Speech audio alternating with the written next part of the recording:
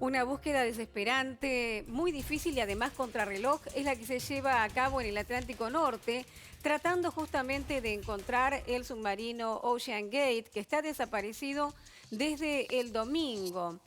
Este submarino turístico que tiene como objetivo visitar los restos del Titanic, allí en el fondo del océano, perdió contacto 2 horas después de haberse sumergido y desde ese momento nada se sabe de él. Lo están buscando intensamente, tanto en vía marítima como también con aviones que están sobrevolando un área muy amplia de unos 20.000 metros cuadrados. Y además, lo difícil de esta misión tiene que ver con la profundidad de ese agua. Sí, y el Estamos hablando de jueves, unos Gaby, 4.000 metros de profundidad. el jueves por la mañana se terminaría el oxígeno. Quedan menos de 30 horas de oxígeno, por eso decíamos que es contrarreloj, porque cada hora que pasa disminuye las posibilidades de encontrar a los tripulantes con vida. 5 personas están dentro de este submarino.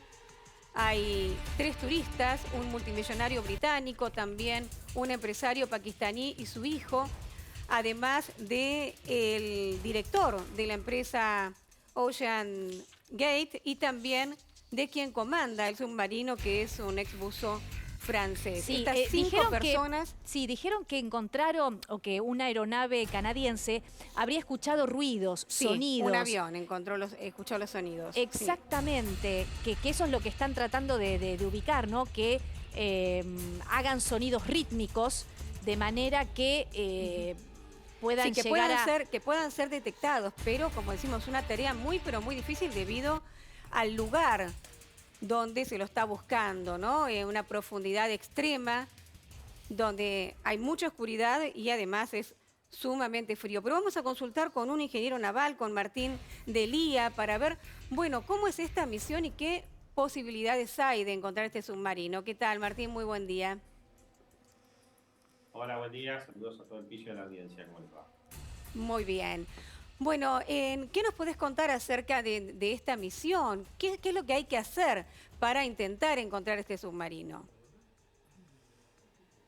Bueno, realmente es una misión bastante compleja, realmente por donde opera este tipo de sumergibles a una cierta distancia de la costa y debido a la profundidad.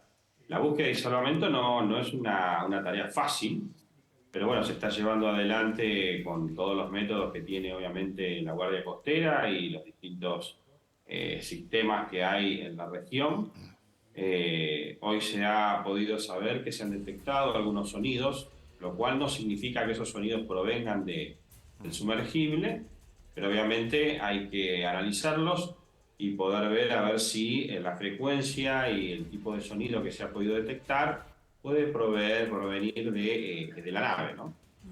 ¿Y qué es lo Pero que bueno, la zona de operación no es una zona simple. Claro, es muy complicado y de detectar la presencia o el lugar exacto donde está el submarino, ¿cómo se haría el rescate? ¿Cómo son esas tareas para poder sacar a esas 5 personas del lugar?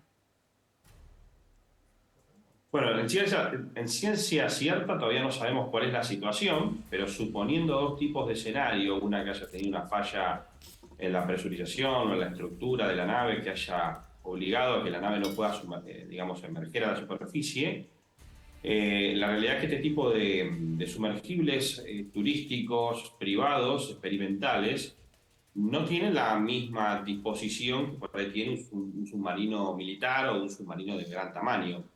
Con lo cual, seguramente, hablando con expertos, sería necesario la posibilidad de extraer sumergible desde la zona donde esté, lo cual eso lo hace bastante complejo, primero por las posibles profundidades a las que se pueda operar. O sea, no hay submarinos que puedan llegar a esa profundidad, si es que se encuentra dentro del rango de profundidad donde está el Titanic hundido, que puedan efectuar el tipo de rescate a través de una puerta de rescate. Además, este tipo de sumergibles no tienen ese sistema, con lo cual la única alternativa que queda, si es que el sumergible se encuentra sumergido, es extraerlo con algún sistema que pueda extraerse. Y la otra es que haya tenido alguna falla de comunicación o eléctrica que haya derivado que el sumergible haya podido salir a superficie y se encuentre derivando hasta que lo encuentre algún medio de rescate en el océano.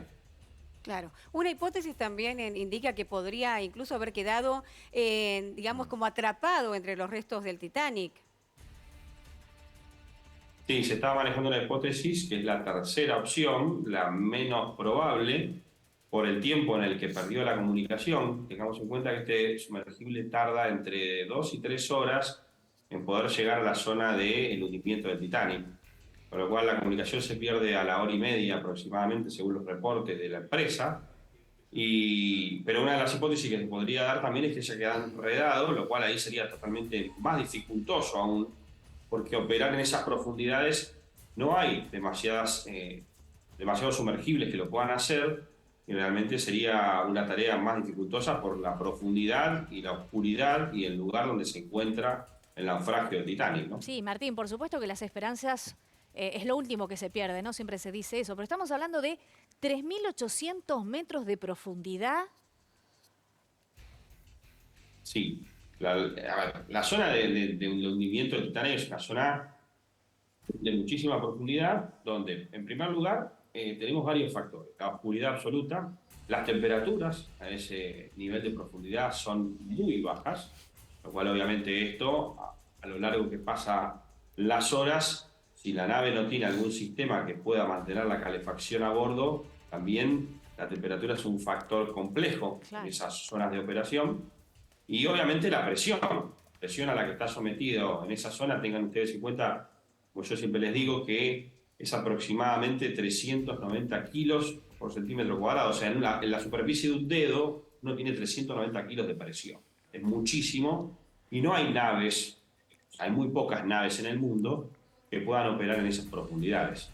Lo cual, la complejidad de la zona de operación es bastante alta y compleja. Claro, en base a todo lo que estás contando realmente y tu sabiduría, que por supuesto es mucho mayor que la del común de la gente, ¿qué posibilidades hay de que esto termine bien? Porque realmente con todos esos factores estamos frente a un escenario, no te digo que casi un milagro, pero me da esa sensación, ¿no? Que termine bien sería casi un milagro. A ver, las esperanzas es lo último que se pierde, pero como en todo este tipo de cosas, acá lo que cuenta es el tiempo, y el tiempo muchas veces es matemática. Entonces, nosotros sabemos que este sumergible tiene una capacidad de supervivencia de 96 horas, donde la tripulación puede, siempre y cuando todos los sistemas estén funcionando, sobrevivir a bordo. A medida que van pasando las horas, ese tipo de supervivencia se va terminando, con lo cual en estas primeras horas, desde el momento en que se dio aviso de la desaparición, son las horas cruciales donde uno, digamos, invierte todos los recursos porque sabe que tiene la posibilidad de encontrar gente con vida. A medida que van pasando las horas, obviamente eso se va complicando un poco más, y más dada el tipo de experiencia que se vive. O sea, uno sabe que cuando se somete a este tipo de aventuras o de investigaciones, son investigaciones o aventuras con mucho riesgo, son sumergibles muy especiales, como yo he dicho, son prototipos, con lo cual obviamente este tipo de naves son únicas, no hay demasiados equipos de estos en el mundo, y obviamente son naves que tienen la posibilidad de sufrir algún tipo de fallo en el proceso de desarrollo que tienen, con lo cual uno sabe que se está sometiendo a una aventura y a